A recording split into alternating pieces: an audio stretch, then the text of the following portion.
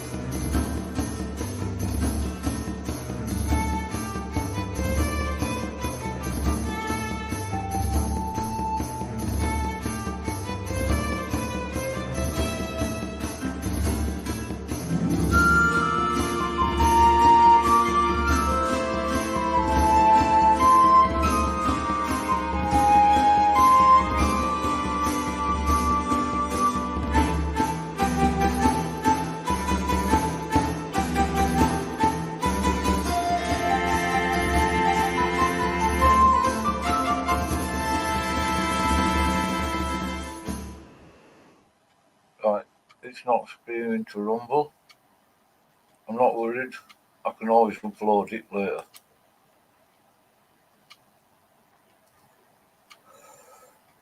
I'm going to look at a short section of a conversation I had with Kevin Thompson. I'm just going to find it and then I'll share it on screen.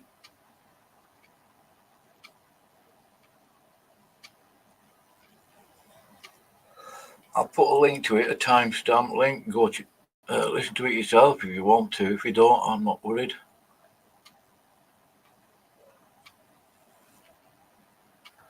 I should start this stream earlier, really. I'm not going to explain why. You've got a time limit as to when you can get it going on Rumble. I did ask, we could take it about 3 minutes before. It's a timestamp link. Right, give him 1 minute and I'll put it in the side chat. There's only 2 people blocked on my channel. It was 1 the other day. Wild Heart and one other person is blocked. This other one person, who I'm not going to mention, has been blocked every time on my channel in the last 4 years or so. So, there you go. Here we are. I'm going to share screen now. Hopefully, somebody will tell me if the audio is fine or not. Doubt it. Can't rely on anybody to do that, really. I'm going to go to my actual thingy on YouTube, do that myself, and just check, see what's happening. Should be okay.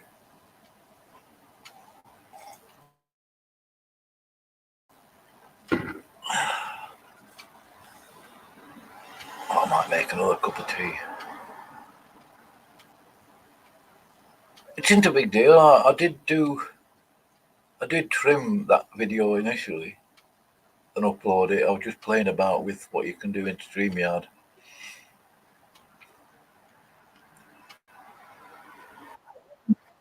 All right. Yeah. The audio's fine. Wouldn't it be great if even people who despise or hate you would tell you whether your audio's fine or not?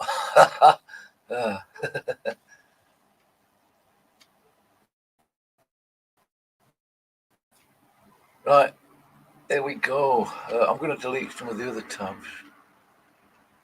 I might come back to that stream later. I doubt it. Can't see myself bothering, frankly. I haven't tagged anybody in this thingy. I have been looking up further information on what some of the things that Kevin has said. Point. And I thought, yeah, why do you need a statement of faith? He's right, obviously. I thought that always anyway, generally. Why not a statement of agape? Yeah, why don't we, like, if love now abideth these three, faith, hope, and love, and the greatest of these is love, why do all our churches have a statement of faith but not a statement of love? That's a great question. Yeah, I asked the same thing. Let's have a statement of charity, a statement of love. Yeah. And see where that goes. Yeah, now that would be difficult. I've got to say this, and again, I'm not trying to get you in trouble, Kevin. I'm not complaining, whinging. I'm not weeping into my pillar in my flat. You know, I've had a lot. I've come out with some myself. I've heard a lot of nastiness from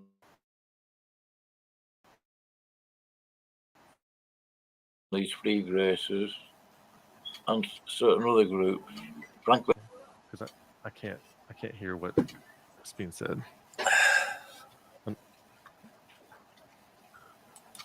Anyway, I'm all right. Just one more time, if you wouldn't mind. I'm sorry.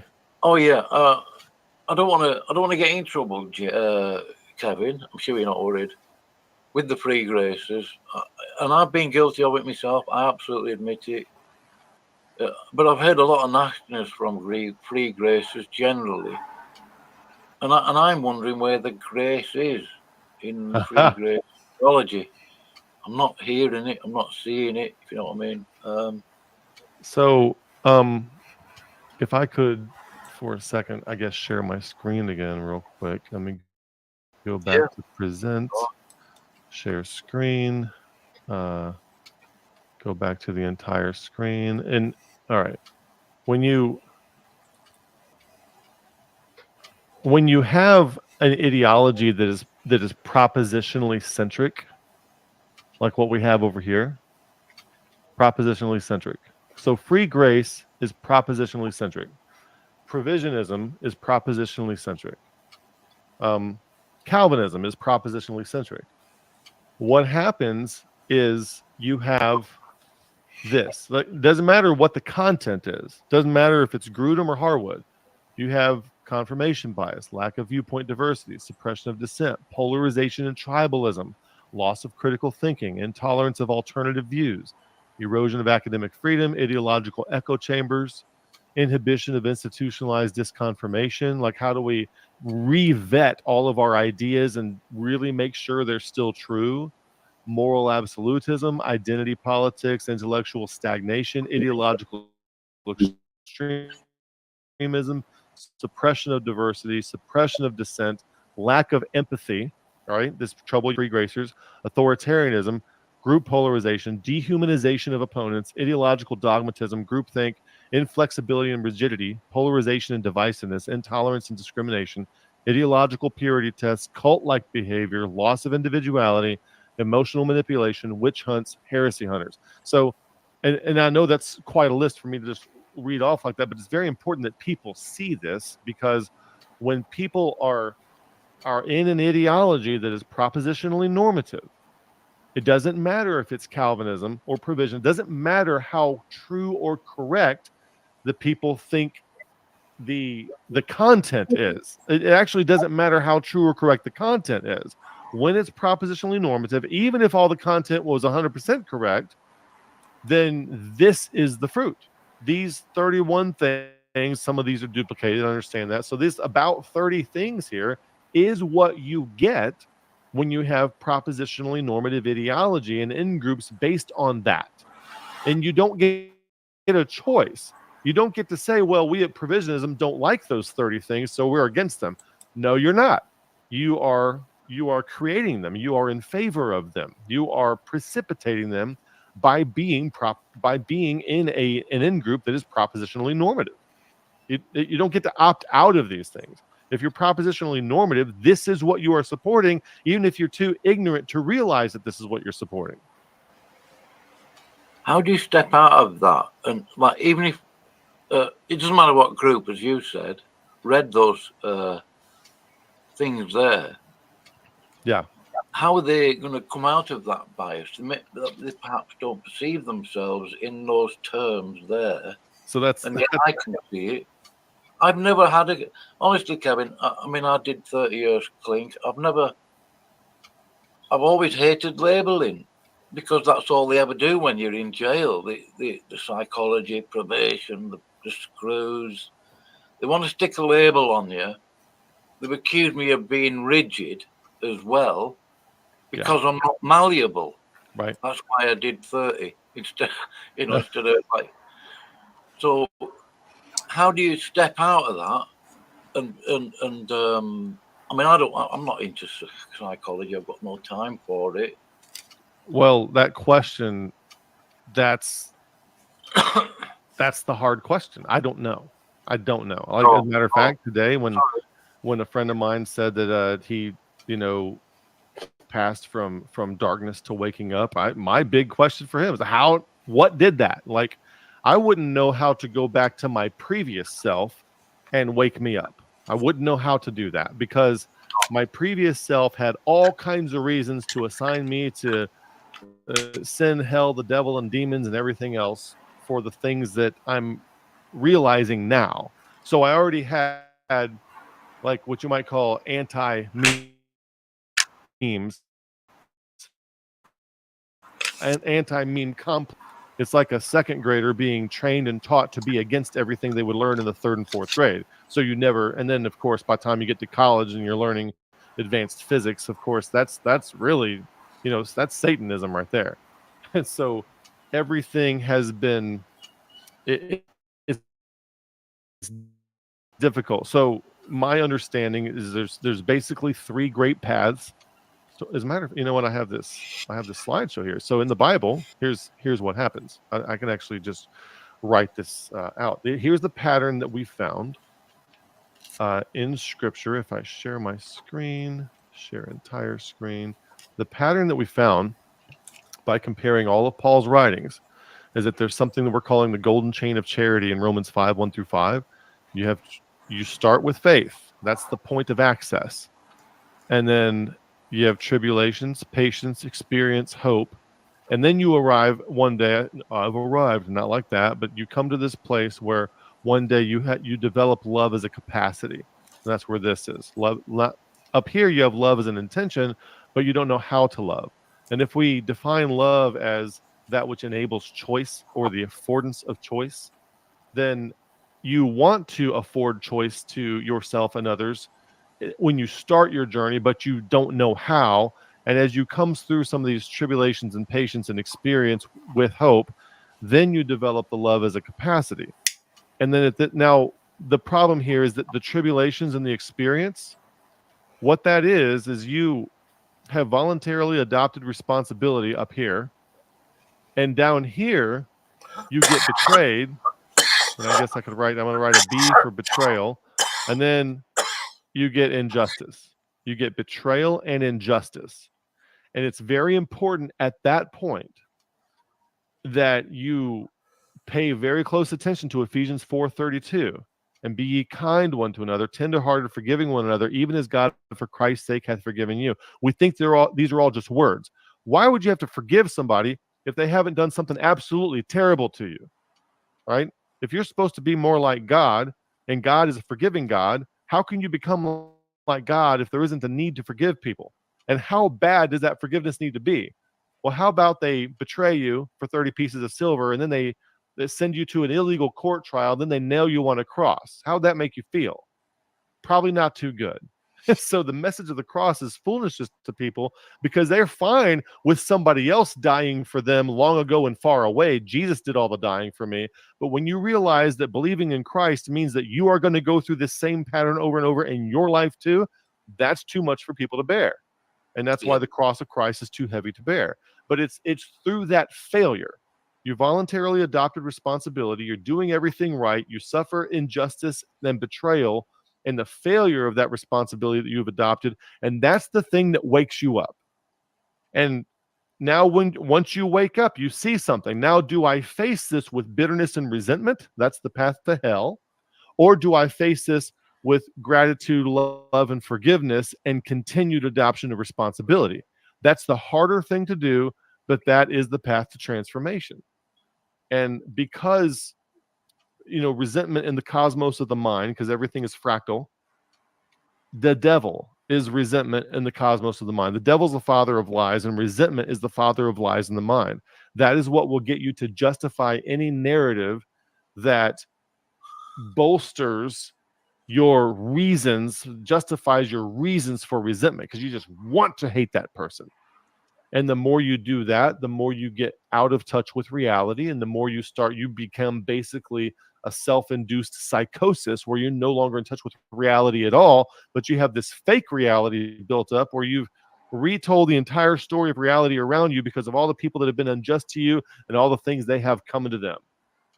And so that's not a good place to be. So when you have a moment of catastrophe and horribleness, you can either become a bitter old man and your life has become a proverbial hell, or you can face it with, Jesus says, love your enemies, do good to them which hate you and despitefully use you and persecute you, and pray for them. If you actually do that, be kind to one another, tenderhearted, forgiving one another. If you actually do that, I think that's an actual prescription for waking up.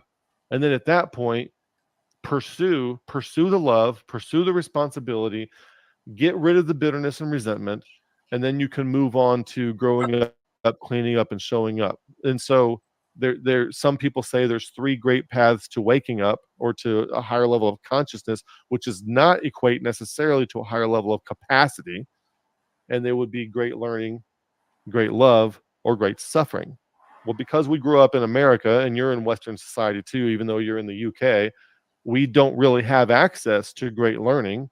We really don't have access to great love. The only thing we have access to is great suffering.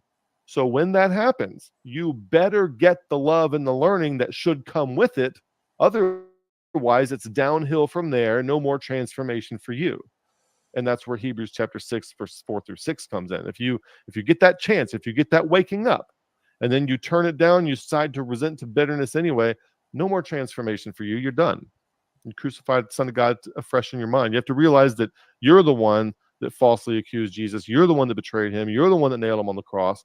And as soon as you start thinking you're justified and you're just to be in your resentment against people, you're going back to being the crucifier of Jesus.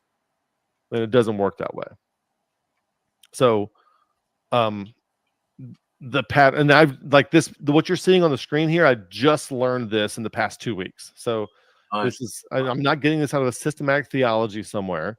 This is coming straight from our study on Colossians and comparing it with everything else Paul wrote, and they're all at these different phases, and you could actually map out perhaps like the Corinthians would be up here and the Romans would be somewhere maybe over here, and the Ephesians are still pre-love. Something I found out today while studying this, and the Colossians are post-love. They have the love and they're ready for wisdom cultivation. But the Ephesians and the Romans and the Corinthians aren't, even though the Romans and the Ephesians are further along than the Corinthians. So a Calvinist, you think of the Corinthians, I'm of Paul, I'm of Apollos, the provisionists, the free grace people, they're back here. They're back here with the Corinthians. Their divisions and strife and envyings among you. I'm of Paul, I'm of Apollos. You're at carnal. I fed you with milk and not with meat. You could not, hitherto you were not able to bear it, and you're not able to bear it now. That's where all those ideological people are. And so what do we have to do with these people? We have to find some way to get them to move forward in this plan of getting people to love as a capacity so that they can wake up, so that they're ready for wisdom cultivation. And anybody who's ideologically possessed, such as Calvinists, provisionists, or free grace people, they're back here with the Corinthians. And I'm not saying that I know how to pull them out, but I am saying that I know that they need to be pulled out. And it's, I was there once, and I'm not trying, it sounds really arrogant. I know how arrogant that sounds, but I'm just thinking of where I was to where I am now, and it's very, very different.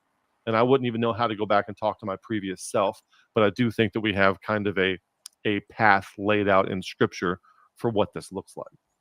Well, you've got experiential knowledge, haven't you, Kevin? We all have of certain things. Love is the key there. I mean, I don't want to be shaped by other people's attitude towards me. I do try and be loving. I'm not very good at it. It's quite hard. It's very hard, a very hard lesson to learn. There's a couple of comments in the side chat here. I'm going to end it there. Yeah, so Roman Oman says, and he's one of the guys that's in our FSI group on Wednesday nights, and a very, very insightful individual here. All the issues with ideology also do apply to everything outside Christianity. Christianity isn't a vacuum to the rest of the world, separated in categories. So what you'll see this, so I'm really glad he pointed that out, because that's absolutely right. You'll see this in politics. Anywhere where you can have an ideology. You'll see it, like I work in the IT industry. Okay, I do cybersecurity remediation compliance for a healthcare company. And so what you'll see is various different opinions on what should be done, and people get egoically attached to them. You see the same kinds of things there too that you see in politics, that you see in religion. So it's what the human mind tends to do, which is why psychology is important. Doesn't really matter that the content is or isn't religion, even though there's a whole bunch of excuse to bring moralism and sanctimony to double down on our stupidity and ignorance when it is in religion. Yeah, I've noticed it. I mean, I've done courses in electronics and stuff, and you come across people who will just, talk down to you and all that stuff, whatever. Yeah, I know better than you. Yeah, that's it. Yeah. Make them wash gay feet. I don't think that's going to help with humility. I don't know. That's from. You know what that's from, Bob? What? There was a video in there was a commercial back in the Super Bowl, I think, and they were showing those "He Gets Us" videos, I think, about Jesus. He gets us, and they had all kinds of people relating to other people who weren't like them, and I think they had at the end somebody who was a priest or a clergy member who was washing the feet of somebody who appeared to be homosexual. So how would you know? You're stereotyping if they appear to be. Just don't think that. Don't go there. Let's just. So anyway, this phrase has been floating around this little corner of the internet for a while here because of all that. And so it's a little joke call out to that Super Bowl commercial.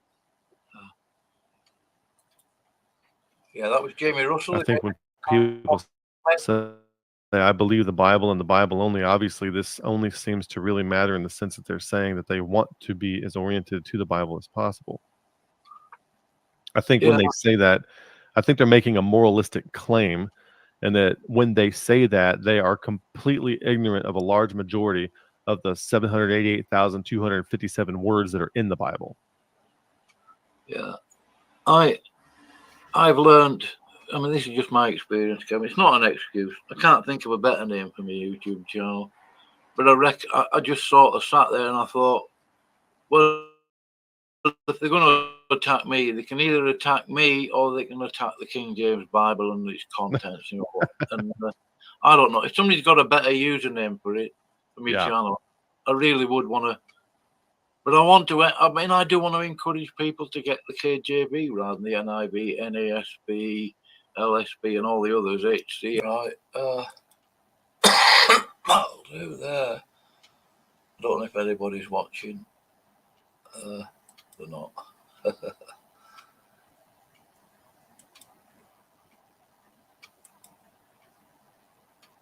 Right, I'm going to go over it. I'll end it there. Download it if it hasn't shown on Rumble, and then I'll upload it on there. Right.